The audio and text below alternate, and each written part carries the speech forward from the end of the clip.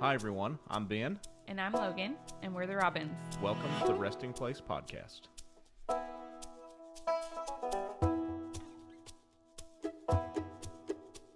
going to read, I've got three passages kind of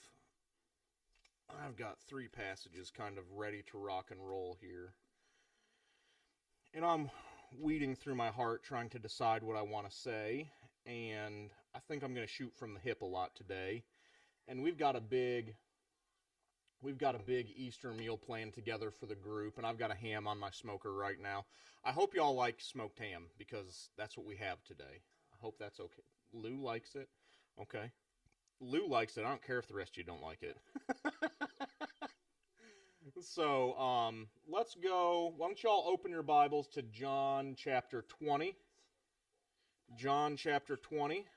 And before I get to John 20, I'm going to read some notes that I have written. I have not written extensively, but I have written a little something. I've written some thoughts down, and we're gonna start with those because I'm still weighing in my heart if I want to start with John 20. And that's a preacher's trick, is if you're weighing in your heart something you want to do something else before you get to the thing that you're trying to decide to do or not. So that's what we're doing right here.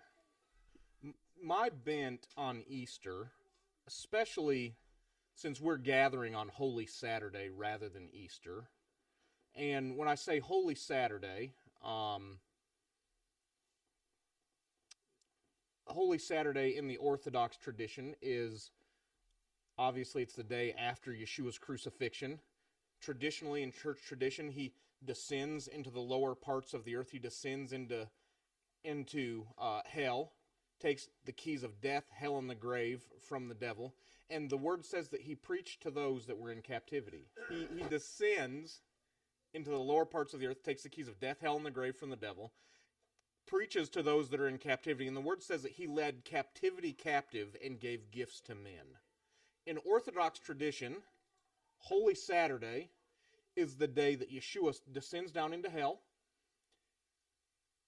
And always, when I had heard, he descends into hell, he preaches to the captives. The good Pentecostal version of this is that he took those that were in Abraham's bosom out of Abraham's bosom and brought them into glory, but left everyone else where they were. That's the good Pentecostal version of that. That's the tradition that I was brought up in. The Orthodox tradition is something completely other than that. He descends into hell, takes the keys of death, hell, and the grave from the devil, and the Orthodox tradition is that he empties hell. He doesn't just take the keys of death, hell, and the grave. He preaches to those that are in captivity and empties hell out and leaves the devil there lonely with his angels. That's what the church fathers would teach, that he would completely empty the depths of hell, because who, seeing Yeshua in the midst of torment, wouldn't pick him? Who, having the choice, would not then say yes to the choice? And I could step on about 1,000 landmines right now and say a few things that would be really controversial. But it's good to be thought-provoking, I think. I think it's good to explore thought processes. One of the things that we do in the church is we get so stuck in our traditions, and we don't realize that as people who are would consider themselves Pentecostal, or at least have Pentecostal roots, our roots go back to like 1906, little over 100 years. We've completely lost the history of the church, and we've tried to reinvent the wheel as it pertains to the doctrines of the early church fathers, and we lost some of the richness of the traditions of the church fathers. And there's so much wisdom inside of the history of the church fathers that, because it's Orthodox or because it's Catholic or because it's something other than the tradition that we grew up in, we either completely steer away from it, because the Catholic Church is the whore in the Book of Babylon if you're Pentecostal. That's what a lot of people, it's nonsense. The nonsense that people say. I saw where now I won't say it right, but the preacher of the church in Rome, so it would have been they had the Good Friday celebration in Rome at the Vatican, and the preacher of the Church of the Vatican, something like that, taught a message, and his message was on the intelligence of the cross. And just interesting the way that he came at this. The intelligence of the cross, and in an age where AI is taking over everything and it uses calculations and it uses math, the intelligence of the cross is kindness and self-giving love. And how that would then affect the trajectory of human history as opposed to allowing calculations and math. It's an interesting thought process when it comes to the crucifixion and Yeshua's sacrifice for us. Very interesting. I respect that, guys. That's an interesting perspective.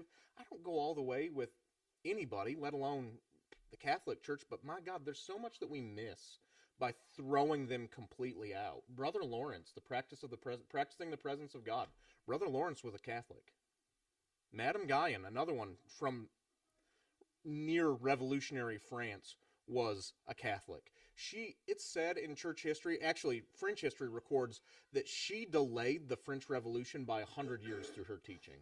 Madame Guyon was a mystic and a teacher of the gospel, a Catholic teacher of the gospel, and would travel villages teaching the goodness of God. And in her teaching of the goodness of God, delayed the reign of terror that accompanied the French Revolution. The French Revolution had something called the Reign of Terror, and the Reign of Terror was essentially a round robin of people getting their heads cut off if they got on the wrong side of the political powers that be. So you're going to get imprisoned and you're going to get your head chopped off unless you're friends with someone who's high up enough in power that can sway the people that are making the decisions to let you out. Essentially corruption, right? She delayed that by 100 years. She's a Catholic. All I'm saying is we have lost some of the plot with our insistence on reinventing the wheel. There are things that absolutely need to be corrected, adjusted, rethought, thought through, absolutely 100%. Our apostle is the king of rethinking and saying things sometimes just to be different. It happens. But the heart of that is there needs to be an adjustment brought, and he's incredible at bringing the adjustment. I agree 100% with that. But also, there's so much value and so much richness that the other parts of the body of Christ bring us that we don't need to just throw those things out. So, on Holy Saturday, did Jesus empty hell? I'm not sure there's a way that we can know for sure, but it sure sounds better than he just went to Abraham's bosom and got just a few. Just got his. I think a Calvinist would like the he just got a few. I think the Calvinist church would love the he just got a few of them thing. I prefer to ascribe to the thought that his goodness did not stop short of allowing those that had never heard the gospel a chance to pick him. There's a Canaanite that had never heard of the gospel somewhere in there, had never had an opportunity to pick light because of the circumstances of their lifetime, and he descends into hell. And why would that Canaanite not say, I've never seen anything like that before, I believe I'll go with him? That's all I'm saying, guys. It's a thought-provoking exercise. I think it's worth spending some time with. So my proclivity on a day like today would be to teach on either the resurrection. I'm going to be as cliche as possible. The resurrection. I'm going to teach on the meaning of the cross and the resurrection and our mystical co-resurrection, our co-burial, and our co-ascension with him. We could teach on those things, and I'm not going to teach on any of that today. And that would be my proclivity. I'm going to teach on the power of God and resurrection power. That would be just right in my wheelhouse, right where I'm comfortable. And Holy Spirit has me in a place right now of not letting me do the things I'm really comfortable with, the things that I prefer to do. The things I prefer to do, really, are to teach something for about 30 minutes, get the band back up there, let's play, and let's start laying hands on people. That's my thing. That's the best thing. It's my thing. Other people have their thing. That's my thing. That's what I like to do. I like the power of God to encounter people. That's my thing. But he's got me in a time right now of, I don't know, doing things I'm uncomfortable with. So we're not going to teach on that. What we're going to teach on is the care of God. We're going to teach on the care of Yeshua today. And I'm going to come at that from John chapter 20, but I want to read this first. The whole logic of the incarnation is that the Father, Son, and Spirit wanted to share their life with us. And we take that from Baxter Kruger's seminal work, The Great Dance, The Christian Vision Revisited. If you don't have this, buy it, read it 3 times. The whole logic of the incarnation is that Father, Son, and Spirit wanted to share their life with us.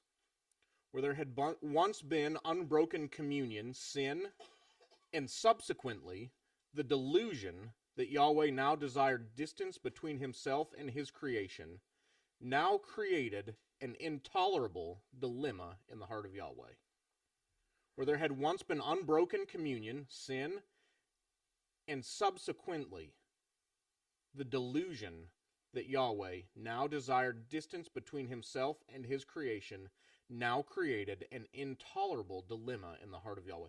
The issue with sin is this, is it makes you susceptible to greater delusion. It makes you susceptible to greater delusion. Sin, hamartia, would be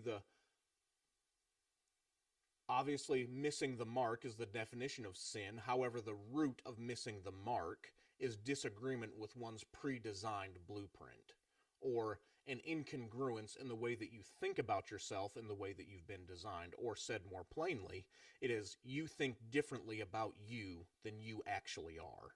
You're living under the influence of a delusional mindset. And what happens is, missing the mark will then reinforce that mindset. If you've not divorced yourself from the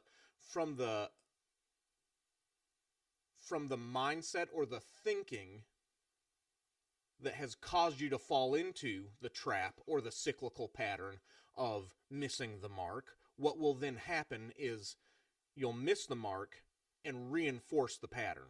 And the pattern will reinforce missing the mark. And it's a circular reinforcement that starts to take place and leads you down a path of never being able to escape the pit that you found yourself in. And you'll come out of it a little ways and you'll miss the mark again. And it'll just reinforce, just suck you right back down like quicksand. The old church used to sing, "He brought me out of the miry clay." That's a really good description of what that process is like. You get, the more you struggle, the more caught you get. The more you struggle, the more caught you get, and you reinforce the lie that you'll never measure up. You reinforce the lie that you'll never measure up, you'll never amount to anything, and you'll never truly please God. And the truth is, just by being, you please God. If we started there, how different would our journey look? We please God just by being. He's predisposed to being pleased with you. And you're predisposed to being pleasing to him. You just don't know it. You're predisposed to being pleasing to him. We just get discipled into patterns of self-flagellating disgust with ourselves over the way that we miss the mark. And self-flagellation is in the Catholic tradition. Again, it's the beating yourself while you pray, so that you can commiserate with the wounds of Yeshua, so that you can be part of the wounds of Yeshua. You're beating yourself to remind yourself I'm not good enough, and I'm unworthy, and all these, and we do that to ourselves mentally, if not physically, over and over again. And really what we then must do is come at this from a completely different thought process. The sad part is this: we grow up in the church, and we get taught that your effort is the way that you will become free from these things, and your effort will never make you free from these things. It will require effort. It will require decisions. It will require these things, but there's only one thing that can free you from these things, and that's the free gift of grace from Yeshua. And you then have to yield to the fact that you're pleasing. This is the hardest thing to do. You have to yield to the fact that you're pleasing to him in the middle of knowing you're messing it up. It's that quote you gave us last week, Lou. Yeah, the Christian journey is not striving to get it right. It's realizing you're getting it wrong, right? Something like that. I thought that was a really profound thought. Also, really correct. Because, listen, guys, even when we think we have it completely nailed, we don't have it completely nailed. This thing's so upside down and so backwards. It's so upside down and so backwards that even when we feel like we have it nailed, I'm not saying that it's this long slog of getting it wrong and beating ourselves down and not getting it right. That's completely other than what I'm trying to say. What I'm saying is that there's a glorious inheritance reserved for those that will divorce themselves from the distant, angry, and punitive God of our childhood and come into the truth that He's pleased with you and He wants to meet you where you're at, not where you should be. So, I said all that to say, where there had once been unbroken communion, sin, and subsequently the delusion that Yahweh now desired distance between Himself and creation, now created an intolerable dilemma in the heart of Yahweh. His creation was spiraling towards non-existence and eternal ruin. Non-existence and eternal ruin is where we were spiraling towards. And what was God being good to do with that? Imagine the dilemma. We're spun, creation is spun out of the dance of perichoresis, when perfect love loved perfect love, loved perfect love to the point that they demanded another one to pour their love on. They created us. And in creating us, there came a dilemma. They chose something else, and in choosing something else, they then chose delusion. So that Adam didn't just choose sin, Adam also chose the path of delusion and distanced himself from a God who did not desire distance. And God being good, what was He then to do?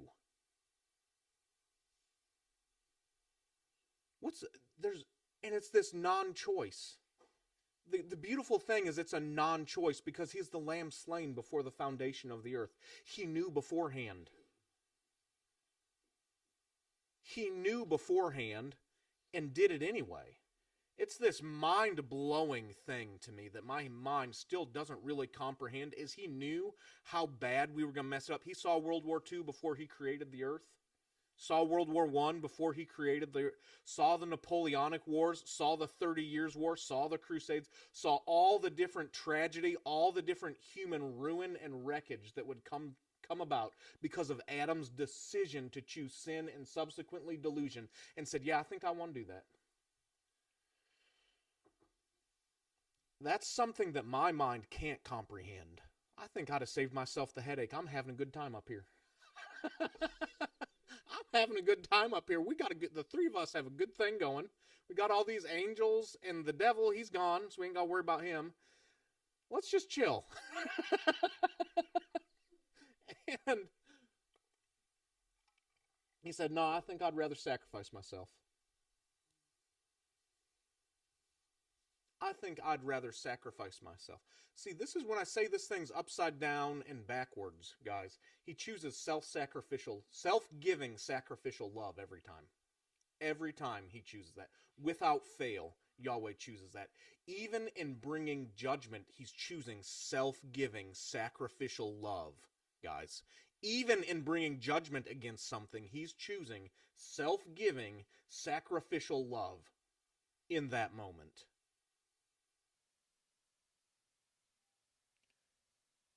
It's more backwards than we think. It's even more upside down than we think. That's how the kingdom is. And Heidi Baker has this thing where she says, stop for the one all the time. Listen, I love when she stops for the one. Because when she stops for the one, blind eyes are about fixing to get fixed. Somebody who's cross-eyed, their eyes are about to straighten out. Somebody who can't speak, they're about to speak. Somebody who can't walk, you're about to get your walking feet back. That's what happens when she stops for the one. That's what happens when she does.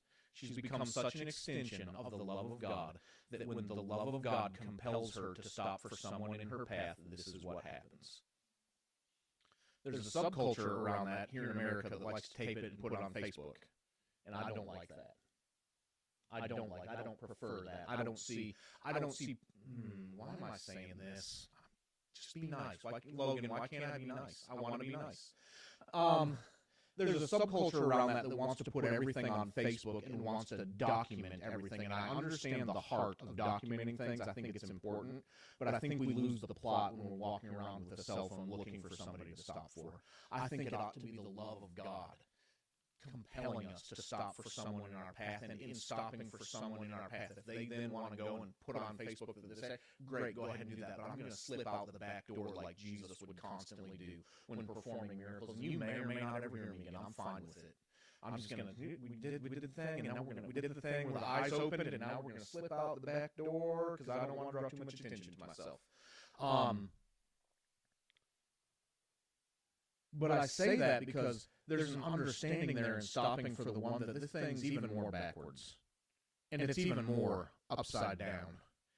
And it's, listen, revelation is important. It is. Revelation, revelatory teaching is so much a part of my foundation, and I love it. I have nothing bad. We'll never say anything against it, but it must become manifestation. It must. Otherwise, it's just mental gymnastics. Revelation is nothing more than mental gymnastics if we're not going through the metamorphosis or the transfiguration of the heart that causes us then to be able to manifest the thing that is being revealed to us. It was just getting entertainment. It's just a different form of entertainment. You might as well go see a comedian. At least you'll laugh. Oh, I'm serious. I'm serious about that. You may as well just go see a comedian because at least you'll laugh. And you might go through more of a transfiguration laughing than you would sitting through another church service and being mentally entertained or mentally stimulated for another hour about the resurrection of Jesus. Brother, I'm not saying those things aren't valuable. What I'm saying is we have to turn from using revelation or using teaching as an emphasis of entertainment and mental stimulation, and turn to it being the catalyst for transfiguration that will cause the manifestation of what we're teaching. Otherwise, guys, we're wasting our time. And it's easy for me to say with 12 people in a house and babies run around and my baby upstairs crying because she woke up, and it's really easy for me to say those things without a crowd around me. But when the crowd does start to gather, I'm going to say the same thing because it remains true. It remains true that we must begin to shift this thing toward manifesting Jesus. That was the great secret of the early church, guys. You ever go through the sermons in the book of Acts? You ever go through them? It's an interesting exercise. If you've never gone through them, go through all the sermons in the book of Acts and just see what you find. Jesus died and rose again is primarily the emphasis of all of the teachings. They talk about the death, burial, resurrection of Jesus a whole lot. And then they go into miracles and manifesting the resurrected Jesus. There's a key in that. They go into manifesting the resurrected Jesus, or bringing the manifestation of the resurrection. What was God being good to do? Athanasius writes that Yahweh utters an intolerable no. So, his creation was spiraling towards non-existence and eternal ruin, and what was God being good then to do? Athanasius writes that Yahweh, Athanasius, one of the early church fathers, writes that Yahweh utters an intolerable no. And Yeshua is sent in the incarnation to reconcile all of creation back to himself. Yeshua accomplished this thoroughly. Yeshua accomplished the reconciliation of all of creation thoroughly. Let me say that. That word is important. He thoroughly accomplished this, leaving no stone unturned, leaving nothing unreconciled. Yeshua reconciled all things back to himself.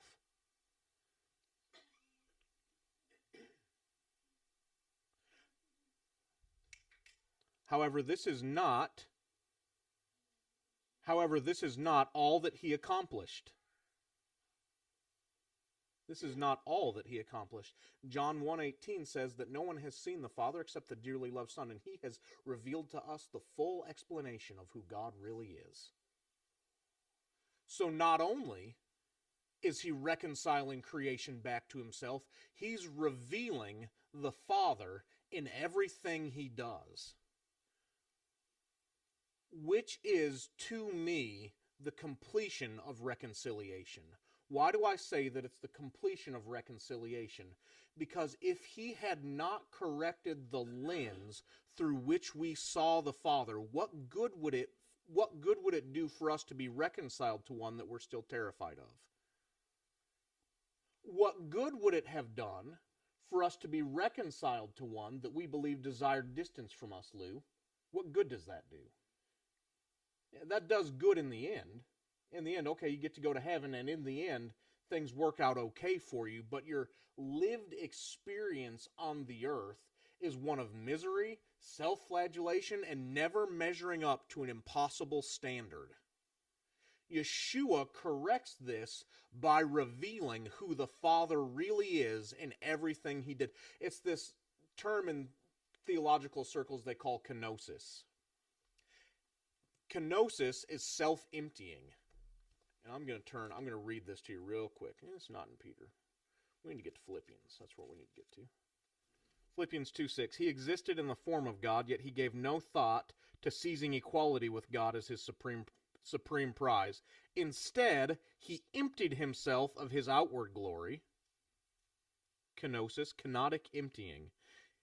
He emptied himself of his outward glory by reducing himself to the form of a lowly servant. He became human. He humbled himself and became vulnerable by choosing to be revealed as a human. He humbled himself and became vulnerable, choosing to be revealed as a man, and was obedient. He was a perfect example, even in his death, a criminal's death by crucifixion. Because of that obedience, God exalted him and multiplied his greatness. He has now been given the greatest of names. The authority of the name of Jesus causes every knee to bow in reverence. Everything and everyone will one day submit to this name, in the heavenly realm and in the earthly realm and in the demonic realm. And every tongue will proclaim in every language, Jesus Christ is Lord Yahweh, bringing glory and honor to God his Father. Instead, in verse 7 is kind of the key to this, instead he emptied himself of his outward glory. By reducing himself to the form of a lowly servant, he became a human. Kenosis.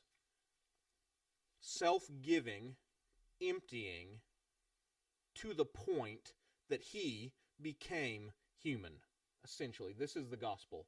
God condescended to be like us, that we might become like him. God condescended to become like us, that we might become like him. That being said, Jesus did everything he did like as a man. Guys, he didn't do this as God. He did this as a human. He carried perfect union for 33 years with the Father and the Spirit as a man. Guys, that's so important. That little piece right there is so important. And I know I'm rambling and I'm taking longer than I told Lucy that I would before we started, but she knew I was a liar when I said it. It's Holy Saturday. I'm gonna get absolved from lying. And when y'all taste that ham, you're gonna absolve me a second time. I'll get double absolved.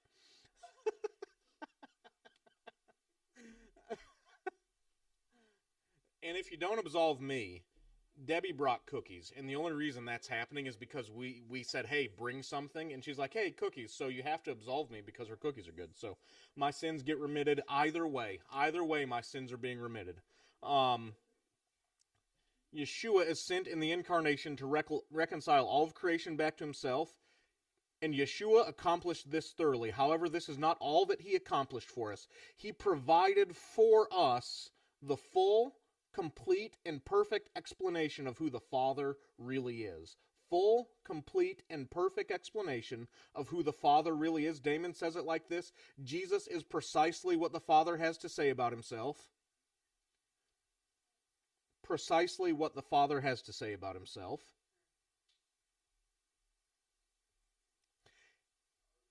And that was not necessary. The beautiful thing about some of this, guys, is that so much of what he did wasn't necessary. If we're talking about an efficiency, so this is where my mind goes immediately. If we're talking about an efficiency-minded reconciliation of all things back to God, he did not have to provide for us this beautiful picture of who the Father is. He just had to not sin and die. That's all he had to do. He had to not sin and then go ahead and get himself killed. Not sin, go ahead, get yourself killed, and all things would have been reconciled back to God. That's not what he did. He took time to show us the heart of what the Father really is like. That's not deep. That's not like earth-shatteringly revelatory. But it is. Jesus did that as a man. He gave us the perfect explanation of what the Father is really like as a man. He didn't... There's some mystery. There's some mystery in the hypostatic union that I don't understand. The union of God and man, the God-man, Jesus Christ, right? There's some mystery there that I don't fully comprehend and probably never will. There may be an intelligence. There may be an intelligence factor there. There may be some other things there. I probably will never fully comprehend the exact mystery of the hypostatic union, but I do know this. He gave me the exact picture of what the Father is really like as a human being. And he remained in perfect union with the Father, Son, and Spirit as a human being. He reconciled all things back to the Father through the power of the Spirit as a man. He didn't take the easy way out of this, is what I'm saying. He didn't use his godly powers. He emptied himself and became a man, married himself to the human form to the point that he still has a body. He's still a man in heaven.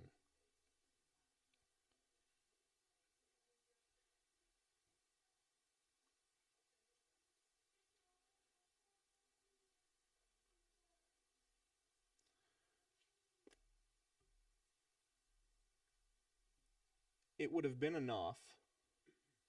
It would have been sufficient to simply reconcile through creation, through his death, burial, and resurrection.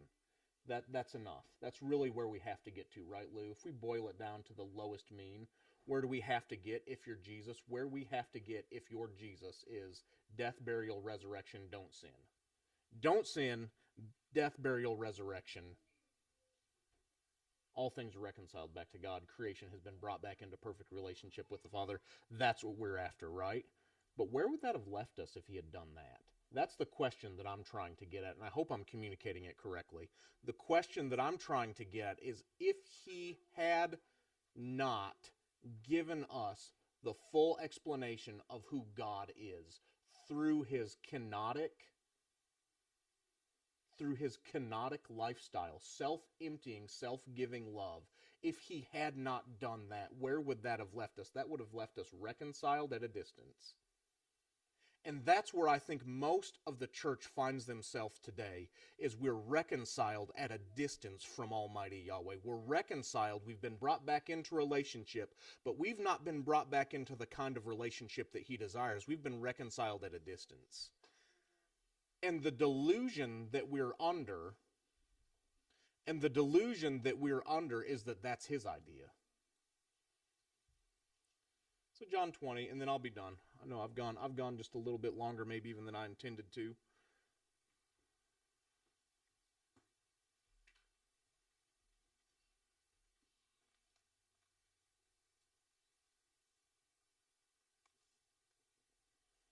John 20 and verse 11. Mary was standing outside the tomb crying. And as she wept, she stooped and looked in. Where did she look? She looked into the empty tomb. John and Peter have already raced themselves to the tomb, and John made sure to write in that he was faster than Peter. He's faster than the old man. I love. It's eternal trash talk is what it is. He's talking trash from eternity at this point. Although some people still believe John never died, so we'll see. I was faster than the old man. I beat him there. That's basically what he wrote down. Peter was old and tired, and I was young and fast, and I beat him in a foot race just like I knew he would, because he was always old and tired. And I was significantly younger and better looking than him, and Jesus loved me. That's essentially the Gospel of John. Essentially, the Gospel of John is Jesus loved me, Peter was old and tired, and I'm faster than him. That's essentially the book of the Gospel of John. Mary was standing outside the tomb crying, and she wept. And as she wept, she stooped in and looked. She saw two white-robed angels, one sitting at the head and the other at the foot of the place where the body of Jesus had been lying. "Dear woman, why are you crying?" the angels asked her. "Because they have taken away my Lord," she replied, "and I don't know where they have put him." She turned to leave and saw someone standing there. So, "because they have taken away my Lord," she replied, "and I don't know where they have put him." She turned to leave and saw someone standing there. It was Jesus, but she didn't recognize him. "Dear woman, why are you crying?" Jesus asked her. "Who are you looking for?" She thought he was the gardener and said, "Sir, if you have taken him away, tell me where you have put him, and I will go and get him." "Mary," Jesus said. She turned to him and cried out, "Rabbi," which is Hebrew for teacher. "Don't cling to me," Jesus said, "for I have not yet ascended to the Father. But go and find my brothers and tell them I am ascending to my Father and to your Father, to my God and to your God." Mary Magdalene found the disciples and told them, "I have seen the Lord." Then she gave them his message. And we've been on, unintentionally, kind of a theme for about 2 months now. And the theme has been the care of Jesus. Yeah, I would say that. I think if I was going to define the theme that we have been on, would be the present care of Jesus over the last 2 months, because we're talking about the woman with the issue of blood, or Saint Veronica. We're talking about the woman at the well, or Saint Fotini. We're talking about the woman outside of Nain who had her son raised, and today we're going to speak just briefly about Mary Magdalene outside the tomb, and how Jesus perfectly represented the heart of the Father in those moments. There are two things about the gospel as it's taught in the American church that bother me. One is that we elevate theory above what took place on the cross. So when we're talking about the crucifixion and the atonement, one of the things that we do is we elevate theory above what actually took place. So we elevate the theory. We elevate the theory of God's wrath. We elevate the theory of God's wrath over the fact that Yeshua was victorious on the cross. That's a fact. Everything else about the cross is kind of a theory.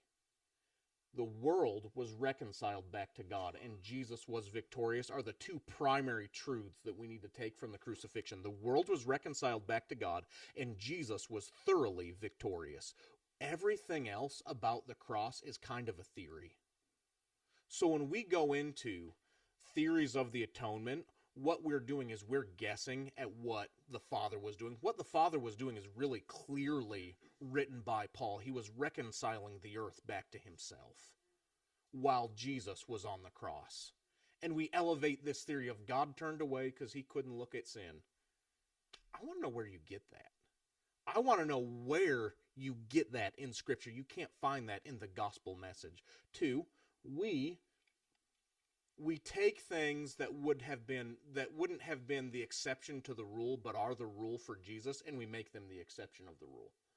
So we take things like Mary weeping outside the tomb and Jesus stopping, and we twist that into her effort in tears and her desperation caused Jesus to stop. And you've got to try hard enough, and you've got to work yourself into enough desperation to cause Jesus to stop. And what that does is that creates an unhealthy gospel. And I hope I'm being precise enough with my language that it's understandable. What I'm saying is, I don't believe that it was Mary's desperation that caused Jesus to stop. I'm saying he cared enough for that woman's heart to make the stop. I'm saying that it wasn't that she's worked herself into this absolute desperation. I've got to see my Lord and nothing else. That may have been true, but I don't believe that was required to make Jesus stop. And what we do with these kind of stories, and I've heard it taught this way, she was desperate enough, and if you're desperate enough, you'll get God to stop. Okay, that's sort of true. At least we're teaching that he's stopping for the woman. What actually took place is Jesus just really cared about her. Jesus just really cared about this woman who was heartbroken, and he had already accomplished the reconciliation of all things, and it was not necessary for him to stop for Mary. He didn't have to do it. He didn't have to do it. And one of the beautiful things about Jesus is he did a lot of things that he didn't have to do. He didn't have to stop for the woman who had the issue of blood. He didn't have to stop for St. Veronica. All he had to do was keep walking. She had already been healed. Why did he stop? Why did he stop? Because if she had been healed and left in the same state that she was in, she would have walked around with a worse disease than the one she was dealing with for the last 10 years. She would have walked around with this disease of delusion that would have caused her to believe that God still desired distance between herself and between him. She would have been left in a worse state. And if Jesus had not stopped for Mary and he hadn't even ascended to the Father. Okay, what does that mean? There's a mercy seat in heaven. We were taught this through Hebrews. There's a mercy seat in heaven. The tabernacle in the wilderness is a pattern of the heavenly tabernacle that's in the heavenly realm. And there's a mercy seat inside of the heavenly tabernacle where Jesus was going to apply his blood for the atonement of the earth. That's what he was going to. This is a very important thing that he was about to do. The seminal moment of human history was about to take place. There's the incarnation, and then there's the applying of the blood to the mercy seat in heaven. This is the seminal moment in the history of mankind. We're being brought back into right relationship with Almighty Yahweh and all the benefits that come along with that. And one sad woman caused him to stop.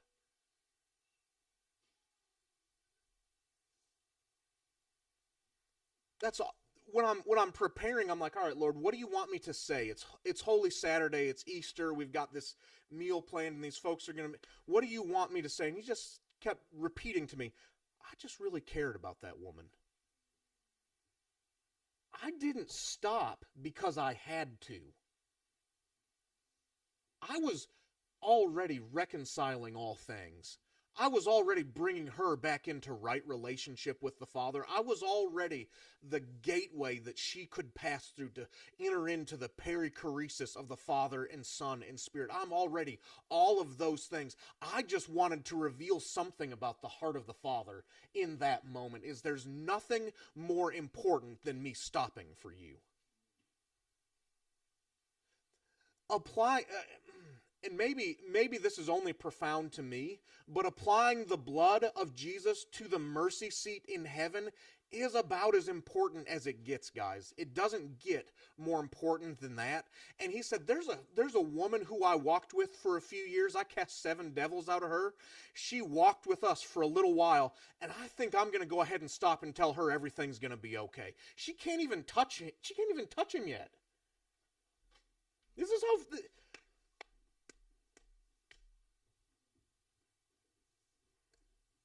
And maybe this is only profound to me. If it's only profound to me, I'll get blessed. That's fine.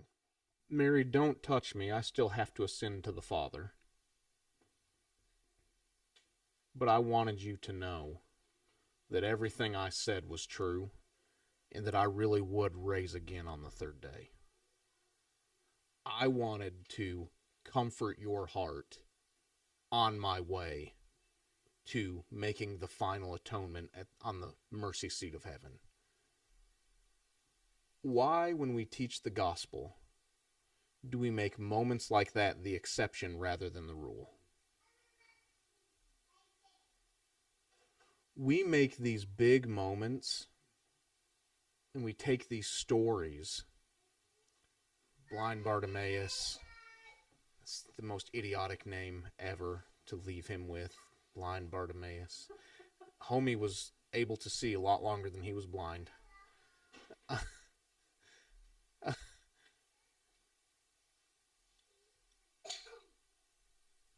The demoniac of the Gadarenes.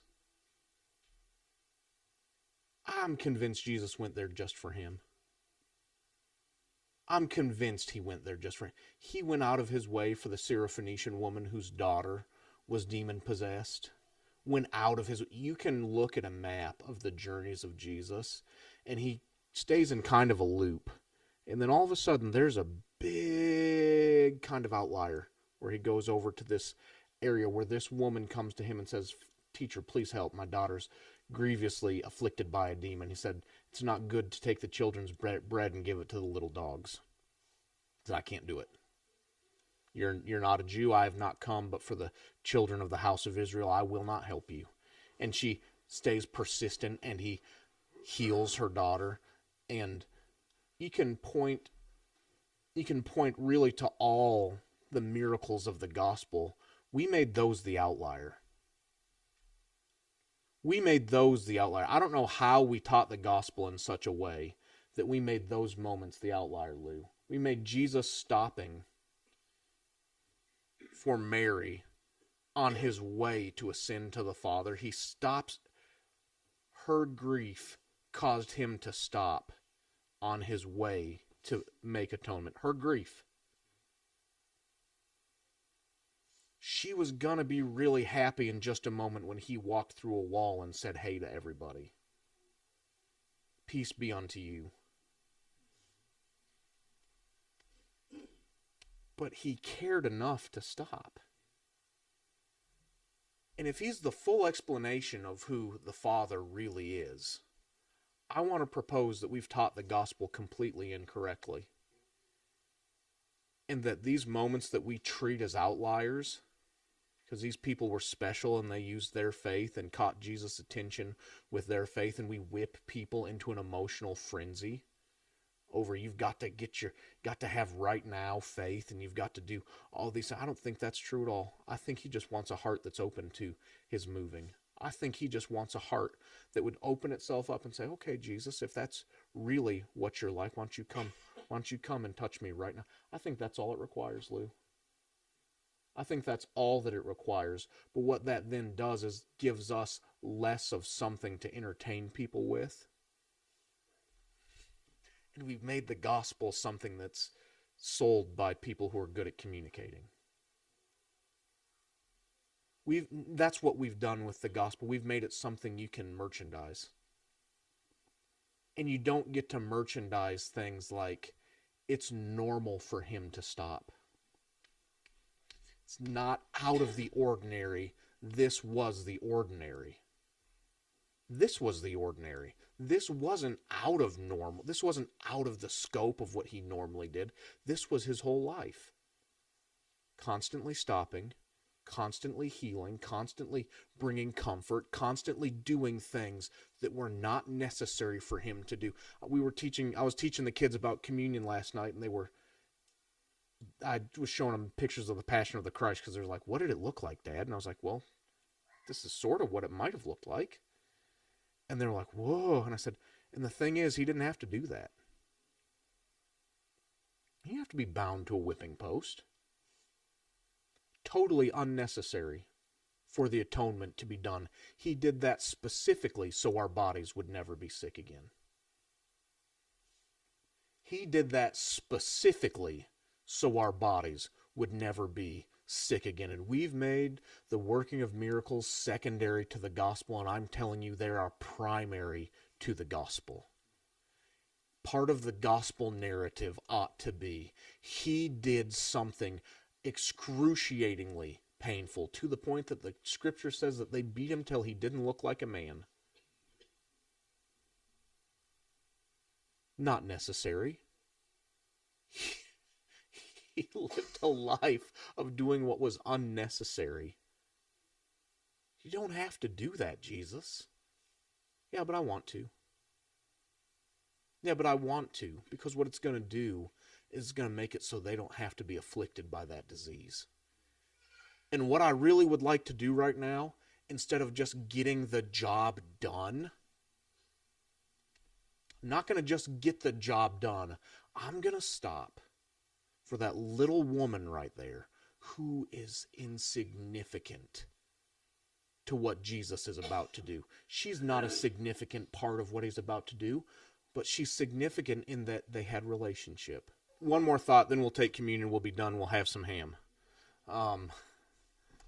He could have left us reconciled, but at a distance. But he chose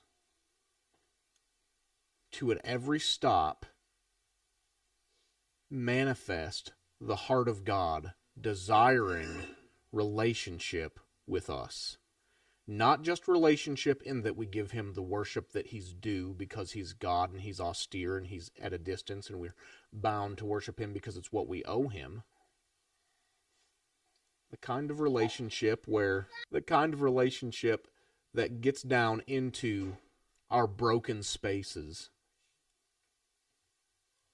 and sits there with us in our broken spaces until we're comfortable enough with his presence to say, okay, you can have that too if you'd like it. This is the heart of God. And it's not, that gospel right there is not a gospel that you can market. That gospel is not a gospel that you can merchandise. It's a gospel that requires manifestation.